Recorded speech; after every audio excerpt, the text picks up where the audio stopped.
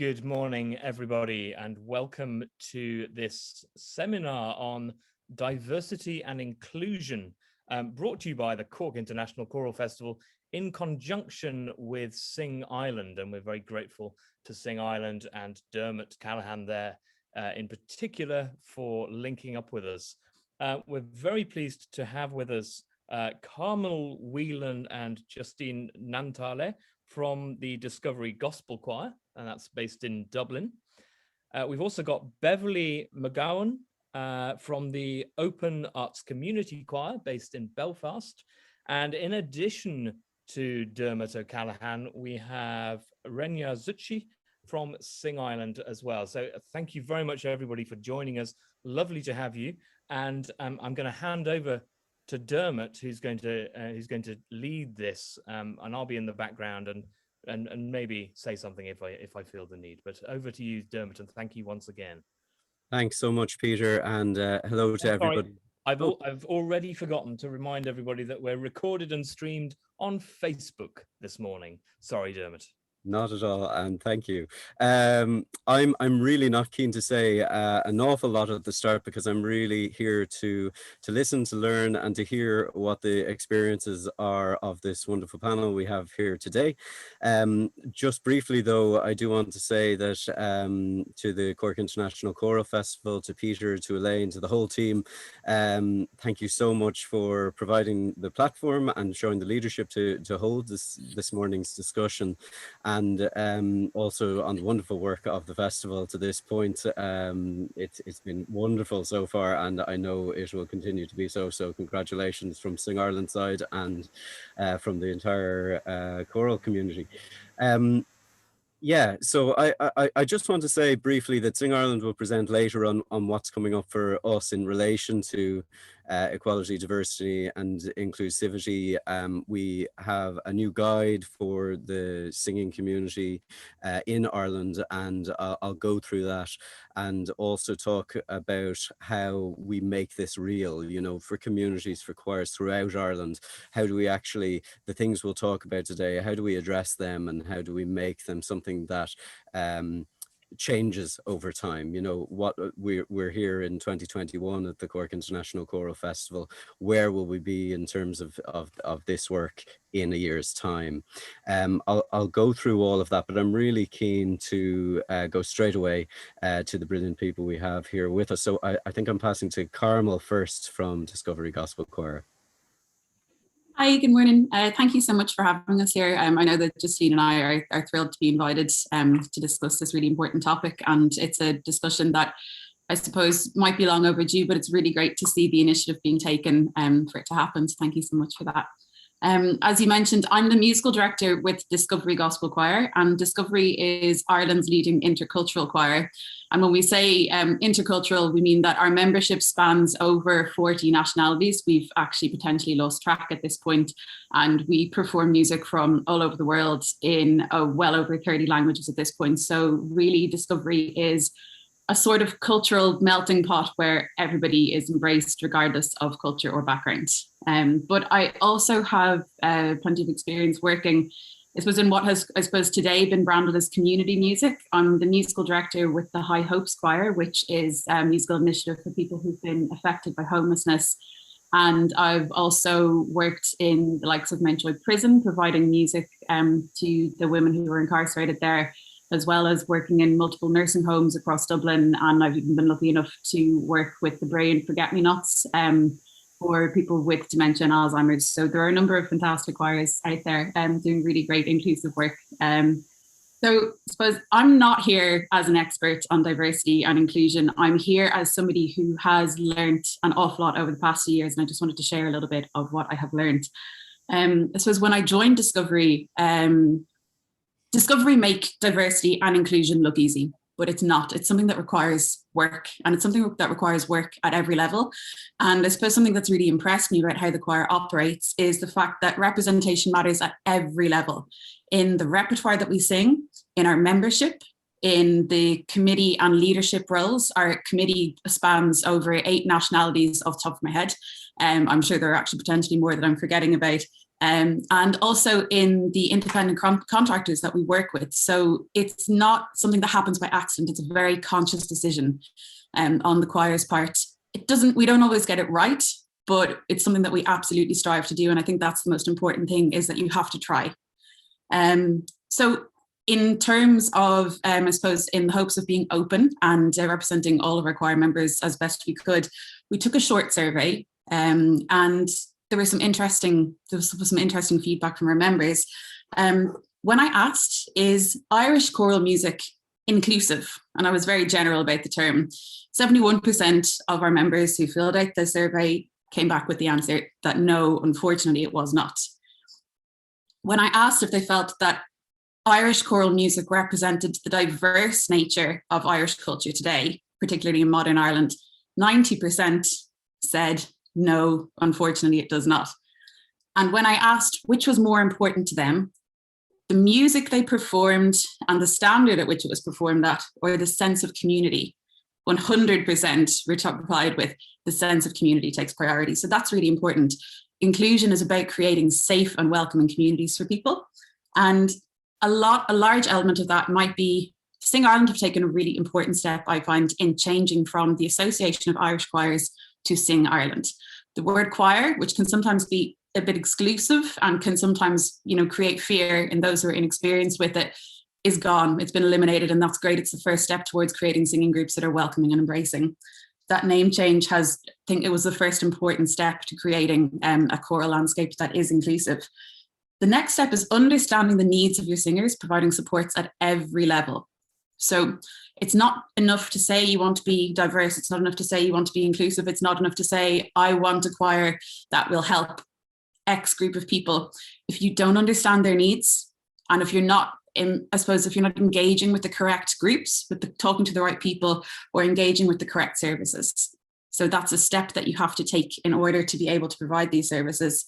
One thing that I want to touch on quickly is repertoire. It's a really easy way to make people feel welcomed. People love to have their culture acknowledged, but more importantly, they like to see their cultures respected. And there's a really fine line between cultural appreciation and cultural appropriation. It's one we tread very gently in discovery. And again, I'm sure sometimes we have gotten it wrong, but it's something that I think particularly Irish choral directors need to be mindful of when they're trying to address these kinds of things. But not to be all doom and gloom, our members have suggested a number of ways that they would like to see improvements made. And it starts simple, and it starts with what we have here today. It's inviting people to the table. It's networking. It's starting discussions.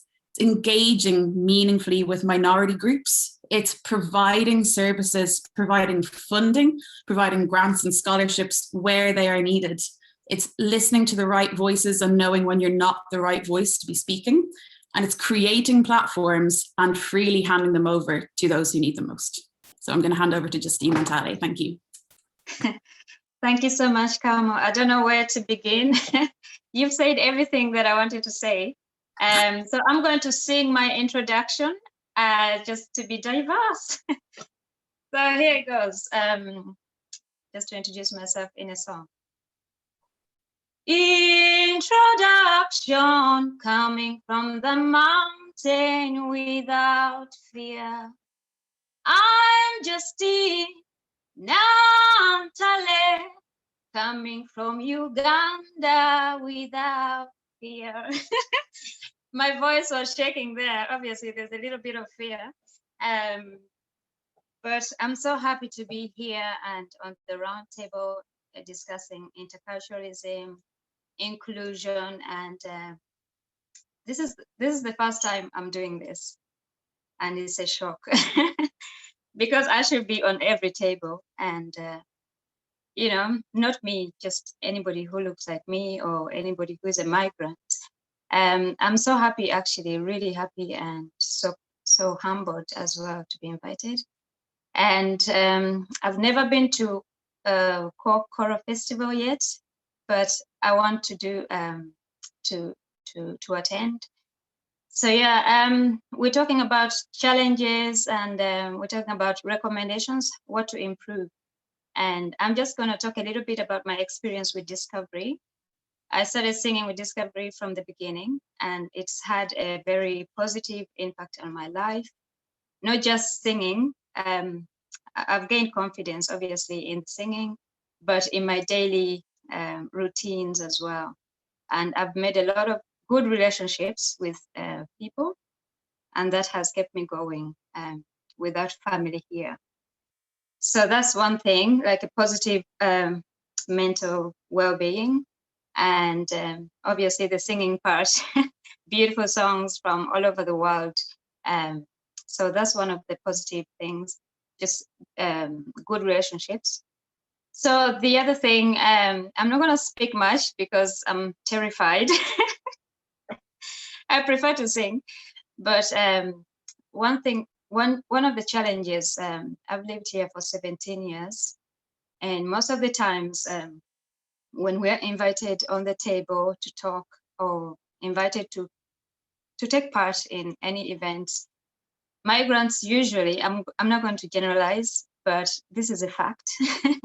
Migrants are asked to do volunteering tasks, you know. So it would be great to include everyone, you know, in the leadership positions, you know. So people who are underrepresented need to be in there as well, to have their voice heard. People who can talk. I'm just here as a representation because I'm one of the founding members of the choir, but I don't speak for everyone. I'm not representing a certain group of people. I'm representing myself and sharing my experience, but I'm here to learn as well because I want to actually specialize in interculturalism. I'm doing a course, SNA, Social Needs Assistance. And I want to be in schools and do a bit of music and share my skill and share songs and support all the kids. So basically, I don't really have much to say, but I'm here to learn, and I hope that I can continue this dialogue with everyone from Cork Festival. Yeah, thank you. That's me. Thank you so much, Justine. And actually, I just one thing struck me. You mentioned you were a founder of Discovery Gospel Choir. Did that happen because you didn't see somewhere else where you felt you could belong in other choirs and other singing groups, or how did that come about? Well, the way it started, I was doing my Living Cert when the choir started. So I was doing after school activities, like homework, helping with English. And so the guys that were helping with homework, they were in Trinity College. So one of the founding members, Philip McKinley, he loved singing. So he invited us to a few gigs. And we had a common interest, which was music. So that's how the choir started, with a few members from the different backgrounds, because we're all like in school. And so the volunteers will be from universities. So that's how really it started, but it was organic. It wasn't formed. Sure. Yeah. It was just really interested in how that all started to come together. So thank you for that. I look forward to hearing more on it a little bit later. I might pass to Beverley. Beverley, would you like to say a few words? Thank you. Yeah, thanks. You know, it's been amazing to be invited to this this platform, and yeah, Carmel, like, you know, I think you've just said everything. But I think I totally agree with all of that, and I just want to give you a little bit of information about the Open Arts Community Choir. We have come a long way in our 21 years. We are based in Belfast. We're an inclusive choir for singers with and without disabilities. And the disabilities in our choir include wheelchair users. We have blind, visually impaired people, two people with guide dogs. We provide braille and audio description. Our singers also have physical disabilities. I've also got a physical disability. I'm the director. I'm one of 3 directors, actually. Anne Cambridge and Alan Beattie are my co-directors, and who are wonderful. We also have people with singers with invisible disabilities. So we have people with maybe epilepsy or autism or mental health difficulties. So it's a wide range of ability in the choir and disability. And it's just the most amazing role to have as director. I've had the most incredible time. And our repertoire is really eclectic as well. So, you know, we do a lot of songs from around the world. And actually, I've been on Discovery Gospel Choir's website, and I've thank you so much for the free resources. Like, we've got a couple of new songs now that we're excited to do. So thank you for that. From your website. And yeah, we do lots of pop music. People go right through to the kind of standard choral repertoire as well. And as I said, we've come a long way, you know, from at the beginning when we started sort of competing. We never won anything for years, and then we started coming second, and then we were second, and then we were second, and then we started, then we got our first big win, and then we started winning everything, and it was just amazing. So right through to competing in the European Choir Games in Riga in Latvia a couple of years ago, and winning 2 gold medals there. So that was like just incredible for us to be competing at the highest level. And to my knowledge, in Northern Ireland at least, we are possibly the only inclusive choir competing on the world stage. So and we hope to come to Cork very soon to the festival there. And yeah, I just want to talk a little bit about the kind of existing issues for us and maybe obstacles that we've had over the years. And, you know, although there are obstacles and they're mostly administrative, our singers are able to enjoy these heights of achievement, but they're unlimited by their personal circumstances, which is, you know, really important. And I loved what you said, Carmel, about, you know, we make inclusion look really easy, but it requires an awful lot of hard work behind the scenes to make it happen. Basically, we've 2 main obstacles, and the first is that, you know, we're fortunate to have complementary rehearsal space from Belfast City Council, and the Arts Council of Northern Ireland provides our core funding for our rehearsals. But in order for us to reach our artistic goals and perform at festivals and you know, maybe somewhere that requires an overnight stay, we have to do some heavy duty fundraising to pay for the additional costs. And I say additional costs because these costs are not costs that mainstream choirs, I'm sorry, I put that in inverted commas, these are not costs that mainstream choirs generally have to pay.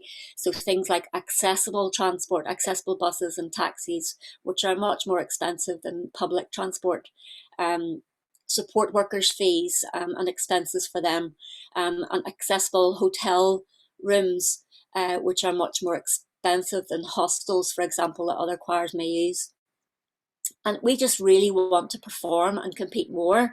But unfortunately, the financial restrictions and, you know, putting COVID aside from that, but these restrictions do discriminate us from doing so much. So yeah, financial considerations are the first thing. And then the second thing is public perceptions and public expectations as well. You know, I think if the majority perception of public performance is visual uniformity, then the membership of some choirs will be less inclusive. And I think that's an important thing to say. You know, we need to kind of embrace diversity and the look of choir. Behind me, hopefully my screensaver, you can see some of our choir. We've people with guide dogs. I don't know if you can see here, we've people in wheelchairs. You can probably see a little guide dog down there. That's one of many guide dogs that we've met over the years.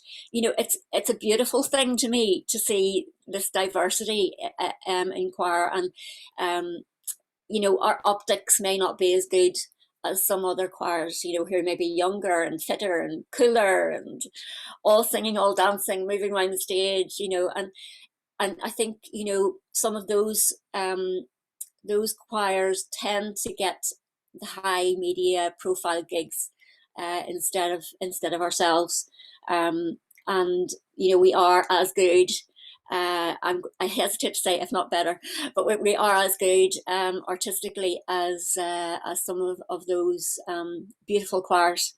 But you know, coming on to solutions, and you know, I'm sorry if I'm going on a bit. I want to check on the time there. I think we're okay. Are we okay there, Dermot? Absolutely fine. Keep going, please. I'll keep it short, but you know, accessibility, if there's an accessibility line built into budgets from the very outset of projects or festivals for choirs with additional needs and costs, that would be incredible.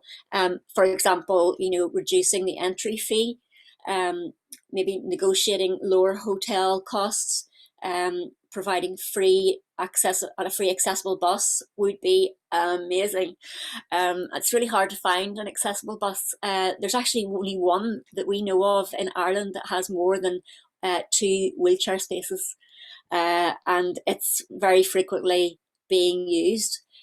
So it's very, very difficult to get, but you know, these things can change with lobbying and all the rest of it. So the other thing is to provide disability awareness, disability equality training for everyone involved. And I would be really, really keen to see that happen for everyone within the choral sector, you know, singers, directors, festival organisers, venue staff within concert venues, because one of the biggest barriers that we find in doing a lot of disability equality training is, you know, the use of terminology around disability.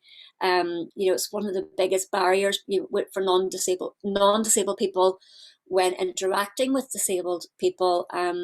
So, you know, just to kind of break down those barriers that can solve that straight away. And it's an easy thing to do in a short space of time. We work in disability equality, we work directly with disabled people as trainers, you know, so they talk about what their needs are. Just like Carmel was saying, Justine was saying, it's important to talk to people and find out what their needs are, rather than just assuming that this is what they might need. And yeah, we can, all of us in Open Arts can recommend some excellent DET trainers if anyone needs any. And just to say as well, just to, you know, to take risks with choirs, you know, take a risk in inviting a choir who is a bit more diverse to your festivals, to your concert program, and you'll reap the benefits. I guarantee you'll reap the benefits. We've had amazing responses over the years from our audiences. You know, it's been amazing to hear their feedback. You know, some of them being very, very, very open and saying, oh, when you were getting onto the stage, yeah, it took you quite a long time, and we saw the guide dogs, and we saw the wheelchair users, and we saw people with crutches, and we were thinking, oh gosh, you know, this is not really going to be very good, is it? And then they're saying, but when we heard you sing, when we heard you perform, the sound was incredible. The feeling was, the emotion was there. You know, the technical ability was there, and we were just blown away. And then all of those, you know, diverse things became an enriching experience for me as an audience member. And we weren't distracted by that because we were just taken over by the beauty of the choral singing. And for me, that is just, that's so humbling, and what I want to see more of. Just you know, embracing those elements of diversity. So I think that's all I have to say. But I'm very keen to hear what questions people have, and yeah. Thank you so much, Beverley. And just a brief, before I get to Raeghnya, just a brief, I suppose, there's common things from what Carmel, Justine, and yourself are saying, Beverley, around, you know, I think that point, we can't make it enough that actually inclusivity and diversity and providing equality is hard work. And actually you need to, it's effortful. to make it happen in a way that we all want to see, and to make it representative of society. So I think I'm really struck by, you know, what we're hoping to set out at Sing Ireland is that singing groups will look at this, but that actually it will require their time and effort to actually make it real. And we have some guides around that, but also to say that, you know, around effort, there's also got to be policy and funding that comes from localities, from local authorities, from other services, to try and address some of the needs that are there, to make sure that equality can be real. So I'll present our guide and so on in a minute, but I'd love to move to Raeghnya Zutshi, who is a member of the Sing Ireland board, and to thank the board and everyone at Sing Ireland for all of their work in this area. And also I'd like to mention Dewey Jones from the Sing Ireland team, who's really worked on this really proactively over the past while. Raeghnya, there's so much we could talk about from the Sing Ireland side, but I was really keen today just to hear of your own experience and your own reflections on this. Yeah, so firstly, yeah, thank you so much for having me on here. But just a bit of a background. Well, I'm originally from Malaysia, but again, I've lived pretty much all over. But one thing that has probably been slightly more positive for me is that I've never really faced too much difficulty when it comes to singing and music. But it's also, I think it's also of my own doing that I've pushed forward and haven't really allowed any of those barriers to come up for me. I've been here about 20 years now, and I was initially exposed to choral music probably in school in the US, might have been my first exposure. And coming to school here after that, my mom sent me to a convent school. So it was quite difficult to navigate that. Now I'm Hindu religiously, so again, when you're faced with that slight change in the religious background, now going to a convent school, again, the only exposure that you're really going to be able to get with choral music was via participation in the carol services, but it was mostly liturgical settings. And I guess in that sense, I was lucky that my parents didn't really have any issues with me participating in that. And I think that was a huge factor that pushed me forward in the realms of choral music and just music in general, because that's how I got my exposure. Whereas I know that there would be a lot of just hesitancy when it comes to those, especially with people coming from different backgrounds. So I was very grateful for that. But with that as well, you know, I come from a middle class background. You know, I didn't face too much difficulty in that sense. But again, I did participate, and I was always called the token Asian, you know, in choir, but it's, you know, it's something that you just had to go through. But again, never really took any negative notice out of it. And that's what pushed me forward. You know, even now, I went on to study music in college. I've been conducting and composing, and any participation that I've had in music has been down to me really pushing forward and really not dwelling too much on the different backgrounds that I have. And that's why it's so interesting to actually be a participant in a session like this, because it's, as Justine said, you know, it's not something that is spoken about. It's not something that we do very often.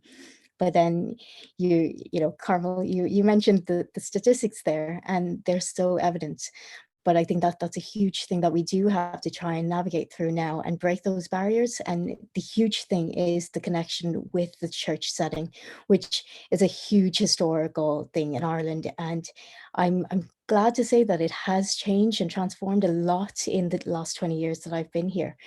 But there's a huge thing that we have to try and break through that a little more, and just to make it more apparent, you know, yes, choir is not just for church. It's not just for those settings. It's for everyone, whether irrespective of where you come from, the color of your skin, you know, it's nothing matters. And I think my love for music and my love for singing actually just pushed me forward in that perspective. So I'm really glad that these conversations are taking place. That's the first step, and I'm looking forward to seeing what comes forward. But it's just so great to be a part of it. Thanks so much, Raeghnya. And I think there's so much in what you've said there. Maybe we'll draw that out in chat in a minute. I just, for 2 minutes, would love to just show everybody, and maybe for choirs and singing groups listening in, just to show the resources and so on we're sharing today. So I don't know if you can see that. That's the Sing Ireland webpage. Great. So just to navigate from the start, you go to singireland.ie, and then to our news. The first item there on the news is this equality, inclusion, diversity group Sing in Ireland. And we have information about today's session and Sing Ireland's own policy, which reflects all of the areas that should be considered when looking at equality, inclusion, and diversity. But actually, the bit that I think is most interesting and that we're really keen to bring to the attention of the choral community today is this guide for singing groups, which is already available and live there. And really, we've looked to the acts, we've looked to the discriminatory possibilities that are allowed for in the Equal Status Acts, and set out the grounds. There are 9 grounds set out there very clearly, and on each one we've gone through, and that's kind of the first bit. But for us, it's about setting out external links and lots of different places that people can go, for instance, to look at unconscious bias and that kind of thing that they may be experiencing, but then also to see how can they reduce bias, how can they reduce all of those areas. And on each of these areas, you'll see we have some suggested actions, and I think the actions is really, these are some suggested actions. They are not exhaustive, and this is a guide. They're not guidelines, you know, because this is ever evolving to our mind. And so when we look to each area and each potential area for discrimination or for a lack of equity, that we look at some really concrete examples around some suggested actions, and we will add to that. And this is a living, breathing document for us in terms of that guide. So just to mention that is there, and please do look at that to any of the sing groups, either nationally or internationally, that are here today. And very importantly, I was really interested to hear Carmel and Justine, the survey results from your own choir. We want to do something. There hasn't been any sort of taking stock or survey of the community, the choral community in Ireland, in terms of what the situation is right now. So we do have a survey that's also being launched today. Very importantly, we want to change things. So we're really trying to connect to other groups outside of the usual singing groups to make sure that they can access this survey. So on this page, again, you'll find the Inclusion Diversity Policy Survey and move through all of those areas. And we're really keen to, I suppose, in terms of making something real, move from what's happening today, and where is that in 6 months, and where is that in 6 months after that, so that actually I think choirs and singing groups can be really powerful conduits for change, because they're in every community. They're made up of people in communities, and actually Irish society, as Carmel and Justine have said, doesn't represent diversity, and Beverley, they don't represent diversity at the moment, and we need to change that. And I think if choirs really can take this seriously and put in work to make it happen, that we can see real change. So I wanted to mention those and encourage people to I suppose interact with Sing Ireland on that, and with any of the groups in their local communities. But I want to go back to some of the questions that were arising there, and we talked about the current situation and trying to move from here to a better situation. But I was really interested to see how maybe choral music and singing, whether you feel it in itself is something that can be inclusive and diverse. Might go to Carmel just to mention that, if that's okay, Carmel, around I suppose the power of singing to be something that brings people together. course. This is actually something I feel really passionately about. I would argue that singing is potentially the most inclusive form of music making that you can have. I would hope that Beverley would agree with me here, but I think even in particular, it's open to people from all backgrounds, and it's open to people of all abilities as well. Give or take. I'd say, but most of the time it is. And I think what's really important to me is the fact that I was going to say, sorry, because Raeghnya made a really important point. She just mentioned that she felt that maybe the fact that she came from a middle class background meant that she didn't face as many obstacles in music. And honestly, there's a lot of class issues facing people today. And singing it's accessible in one way because you don't need to pay for an instrument. You have immediate access, and it gives you very immediate personal access because you are the instrument. But there are other financial obstacles that people face, but it is breaking down one barrier immediately in eliminating a cost. So people don't have to pay to sing, they can already do it. Absolutely. And Justine, do you want to add anything on the power, on whether music has helped to, and singing in particular, has helped to provide belonging? Yeah, I'll speak for myself. Yes, personally, I've really benefited from singing. There's places I've been that I wouldn't have been if it wasn't for being as part of a group. So I've been in the Mountjoy prison, not because I committed a crime, but because I was with a choir and we did some music there. And to me, it was an eye-opening. I've never been to a prison before, but I was exposed to meeting people in different circumstances. So definitely group singing is way to go.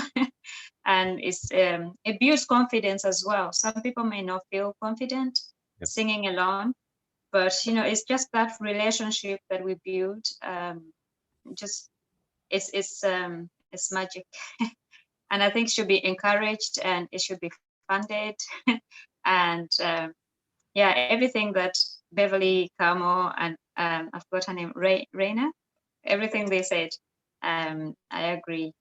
So it's just to accommodate all the other people that maybe are not in position to be to participate. Some people, for example, I keep saying this on every event I go to, we're not all the same. I may be African, Ugandan, but I'm a single Ugandan mom. There's a difference between, a Ugandan girl living with her family in Ireland. So we need to kind of actually break it down and just have some support systems for people who have different needs. I think it's really important to continue this conversation after here and actually have some action in place just so that we can move forward. And I know it's a long way to go, but we can do it. This is the beginning. So yeah.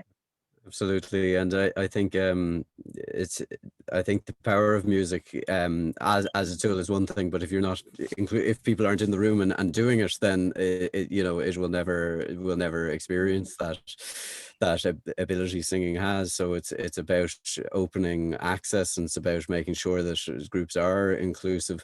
I was interested, Beverley, in you were talking about the various things that would be needed to, I suppose, we're talking about equality, but we're not talking about treating everybody the same, because it's not that.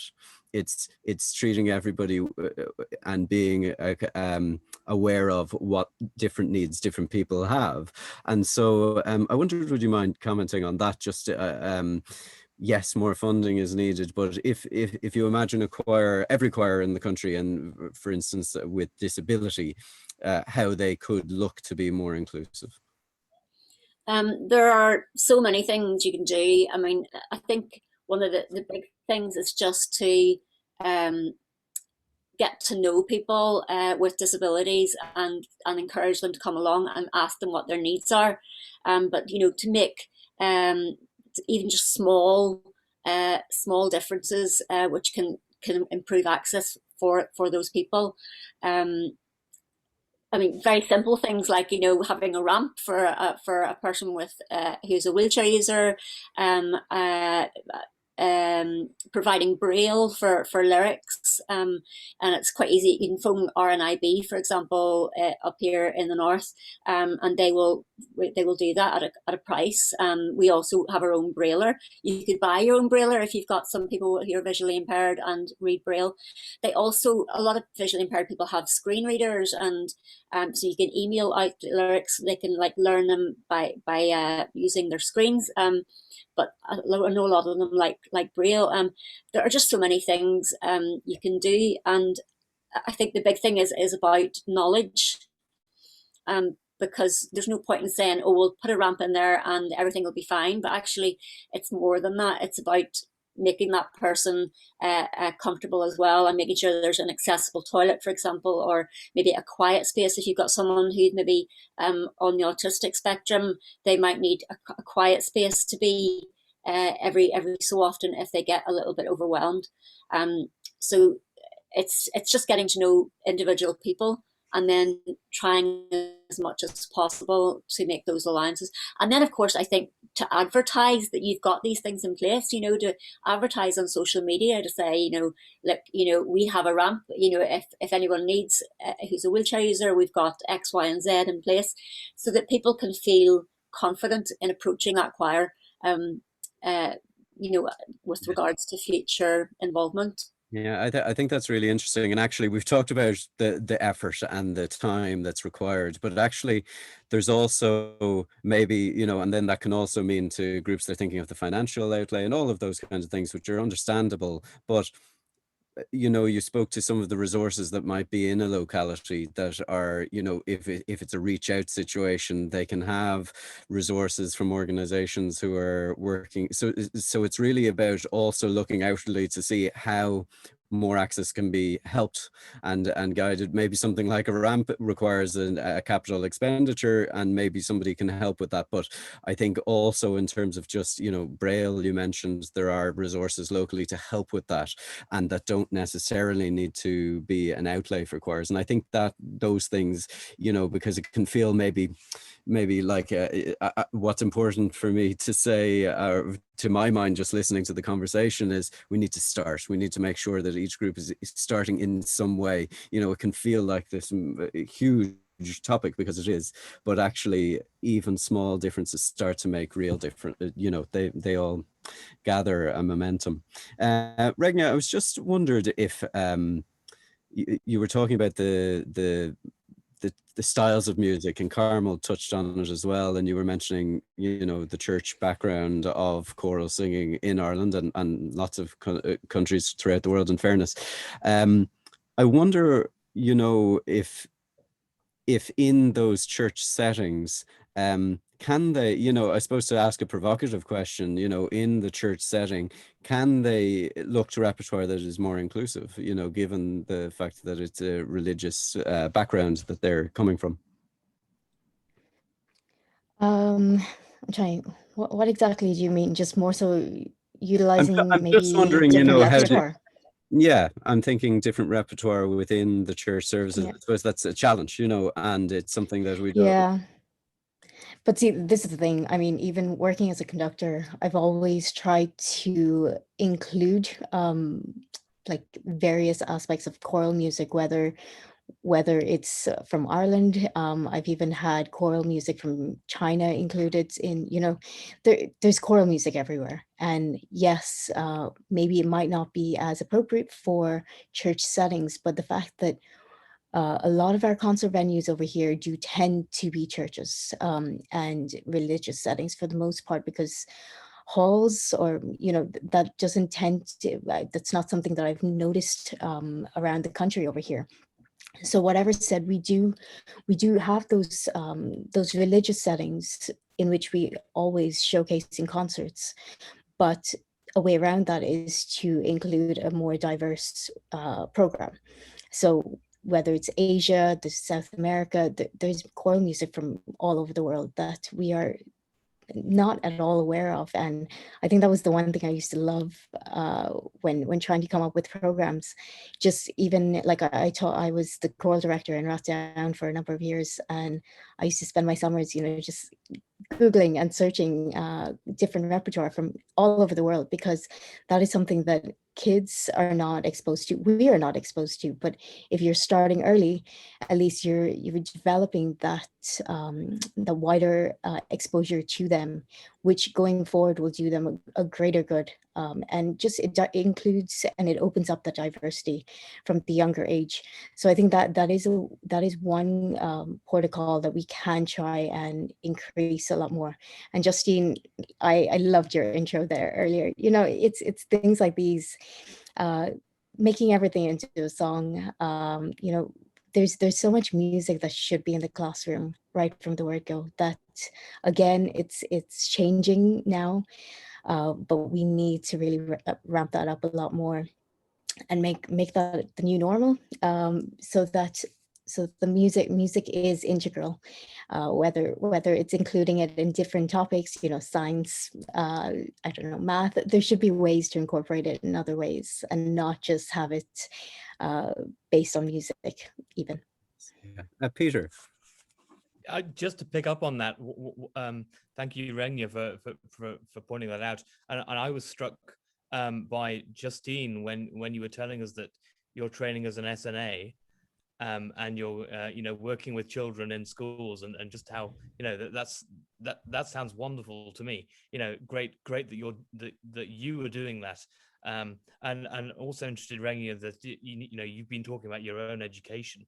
Is education as a topic something that perhaps we could just hear a few thoughts on, and maybe and Beverley as well. I'd be interested to know if there's an education element to from your perspective that we could talk about.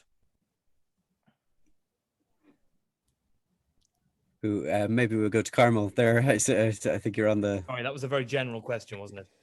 Yeah, well, Discovery actually has a workshop outreach program and works quite closely with a lot of schools throughout Ireland. And Justine has been one of our leading workshop facilitators for years, to the point where she's actually branched out on her own now and has founded an organisation called Gomba Educare.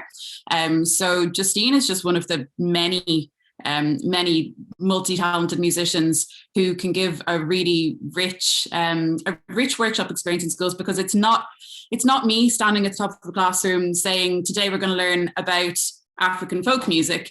It's Justine standing there representing her own Ugandan heritage and teaching a very authentic experience of a culture. So Justine, do you maybe want to talk about your workshops a little bit? Yes, thank you. I don't really market myself very well, but so education is really important. Actually, when I launched Gomba Educare, it was because I did that as a job for the past 6 years with Irish Aid Center, just working with schools, third level, second level, and primary. But I felt I wasn't really qualified, to work in schools. So I decided to actually take up a course, and I just enrolled actually a few days ago. So I'm going to take up a course and actually learn more about how to, to assist people with disabilities, and also how to incorporate music into, the classroom. So I'm still like learning, but I'm interested. I took it up on myself to get further education. I studied international development in Kimage Manor, and I want to kind of, to learn more and get where I want to be, because my passion really was primary school, to be a primary school teacher. But because of Irish, I didn't take up Irish. It's hard. I'm not going to lie. It was hard to learn because I was here, a little bit older. But I still want to get in there, because the most impact is done when the kids are still young. Because all of us here already have our perceptions, and some people don't change quick. You can you always analyze things too much. With kids, they are sponges as well. So the most impact, it has to be done when they're still young, and they can, also we need a representation, actually. Sorry, I know I'm going off topic, but but I just feel like when I was working with kids, they would come to me and ask me things like, what did you study? I want to do what you're doing. Because they see someone looking like them. Like, we're living in a multicultural island, and it's about time that we see people representing us, looking like us. So I'm representing, like, when I go into schools, I see their faces light up, actually, and they make phone calls to their mummies, their aunties. When I teach a song from their country, I'm not just teaching songs from Uganda, songs from different parts of the world. And the excitement is what actually pushes me to go into schools and continue that work. So yeah, you're right there. Education is supposed to be part of the of the learning, but what kind of education are we looking at? Yeah, absolutely, and that's really powerful to hear the what you're doing with those young people, Justine. I'm just conscious of time, so we have about I suppose 8 minutes left, and really keen to make sure we maybe touch on one last thought, but also that we hear from everybody before we finish up. I wondered about, we talked a little bit before in our pre-conversation about choirs and choirs for people from different backgrounds specifically, for, there are choirs for those from the LGBTQ community, those with a disability, those from various backgrounds. And then looking to choirs more broadly and how they can become more inclusive. And it gets me thinking about things that you see maybe in more workplaces or more different sectors around positive discrimination, around quotas, all of that sort of area, which I'd just be interested in what your thoughts are on really encouraging it, both as, I suppose, choirs with special interest, and then also choirs more broadly. Might go to Beverley on that, if that's okay, Beverley. Yeah, there are pros and cons. I think we would agree for both. Certainly, I've worked with choirs, young choirs who maybe are all young people with visual impairments. And that's grand and that's great, and I can be very, very focused on what their needs are. However, the bad side of that is that they get labeled as, the blind choir, and sometimes, my own choir, Open Arts Community Choir, we get labeled as the disabled choir, and it doesn't always it's not a positive thing to be putting out there. So I'm all for, an Open Arts as a company, we're all for inclusion, and as much as humanly possible, that there's an integration happening, but that it's not tokenism, that it's actually real, and that everybody just organically work together. So, in terms of education as well, we work a lot with younger people in our project's called In Tune.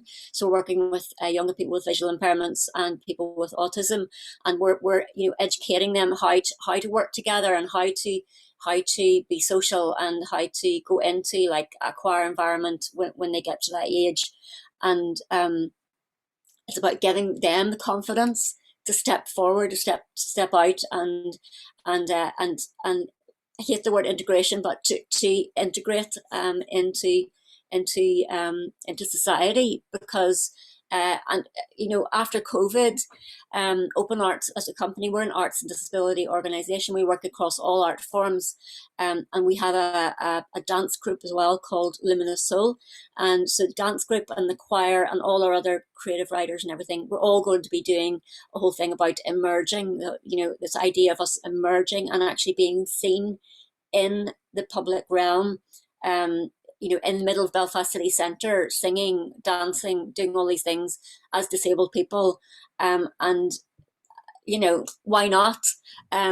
that's the way society should be. I think people need to be more visible. People, like you were saying, Justine, you know, it's about making it normal in society for anyone who's in any way diverse to be able to go into any situation and not feel different. So yeah, sorry, I've gone off track a little bit as well, but hopefully. No, perfect, Beverley, thank you. And I might go to Raeghnya just on that briefly as well, if that's okay, Raeghnya. Yeah, so yeah, just looking at things that we need, is it, for? Yeah, I suppose, you know, what ways can choirs really start to, you know, without it being tokenism, as you were saying, you know, Yeah. how can they become more inclusive? Well, I think it's just addressing the issue at hand is the first step. Acknowledging the fact that there is this there has been this problem that needs to change slightly, and I don't know. I sometimes think that, you know, if it's not addressed, is it less of an issue? Then, you know, I've faced this dilemma a lot over recent years, because, as I say, I've always just pushed through and have never really let it affect me to that same extent. And, you know, the same thing when you're talking about quotas, and, you know, do we want to make these things, or do we want things to happen more smoothly without it being addressed? But then on the flip side, again, there's pros and cons to both ways. So it's trying to find that happy medium to see how do we address this without making it too much of an issue as well, because things need to happen more organically. And I think that is what needs to change. You know, we need to look past looking at people's race, color. You know, at the same time, we need to address those. We need to ensure that we're treating everyone individually, and not just putting labels on them. So again, we're treating them individually. We're looking at their own backgrounds, their own specific things that they can bring to the table. And sorry, I don't know if I'm answering the question, but No, you absolutely did. No. But again, there's pros. There are pros and cons to it all. But it's trying to see how to address them without making too much of an issue out of things as well. Yeah, I think that's right. And actually, just as maybe a final comment, I'm afraid, because we're right at time, Justine and Carmel, I know the Discovery Gospel Choir, you know, represents multiculturalism already. You know, it's not maybe just one group or another. So I was just interested in your thoughts on that. Maybe Carmel first, and then Justine, if you want to jump in as well. Is this in relation to the same question that Beverley and Raeghnya have been answering? I think so, yeah, unless now we have a couple of minutes, so if there's a burning issue you want to make sure we've mentioned before the end, please do. Well, just touching briefly on something that both Beverley and Raeghnya have mentioned there is just, and in terms of feeding back into our own education, the language that we use to discuss choral music and the people involved in it is really important.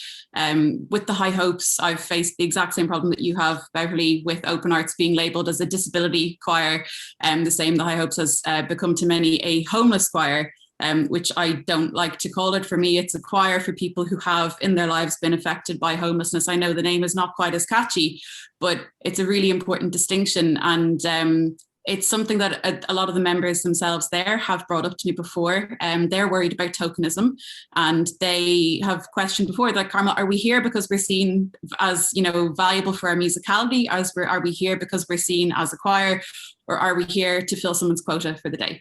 And that's really important. It's not even, so I think it just highlights that it's not as simple as inviting people. It's inviting people for the right reasons and including them in the right way. But yes, in Discovery, I suppose, as you said, we're intercultural, but I mean, we are also at the end of the day a gospel choir, which does face challenges, because some people would argue, can we be fully inclusive if the ethos of the choir is still mainly Christian gospel oriented? But Raeghnya touched on this as well. I think that through adopting music and performing music from all over the world, you're already taking a really large step to, you know, including other cultures and all of these kinds of things. But I don't want to hog the time, so I will tag in Justine. I don't have anything to add. Thank you, Carmel. So we're at 11:59. This has been fascinating, and I know we could go on and on discussing it. So thank you so much from the Sing Ireland side. Really appreciate your time and your insights into everything today. Thank you. Peter, I might pass to you just to close us out. Yeah, absolutely. Thank you very much, everybody. That really very interesting and a very necessary conversation. We're very much aware that it's a start. And it is only a conversation, and conversations need actions following them, don't they? From us and from everybody listening, and everybody else, in fact. So let's hope some actions do happen. And it's great that Sing Ireland have published their plan. Thank you very much once again. Thank you, Dermot. I think we're done. Lovely. Thank you, everyone. Thank you. Thanks, guys.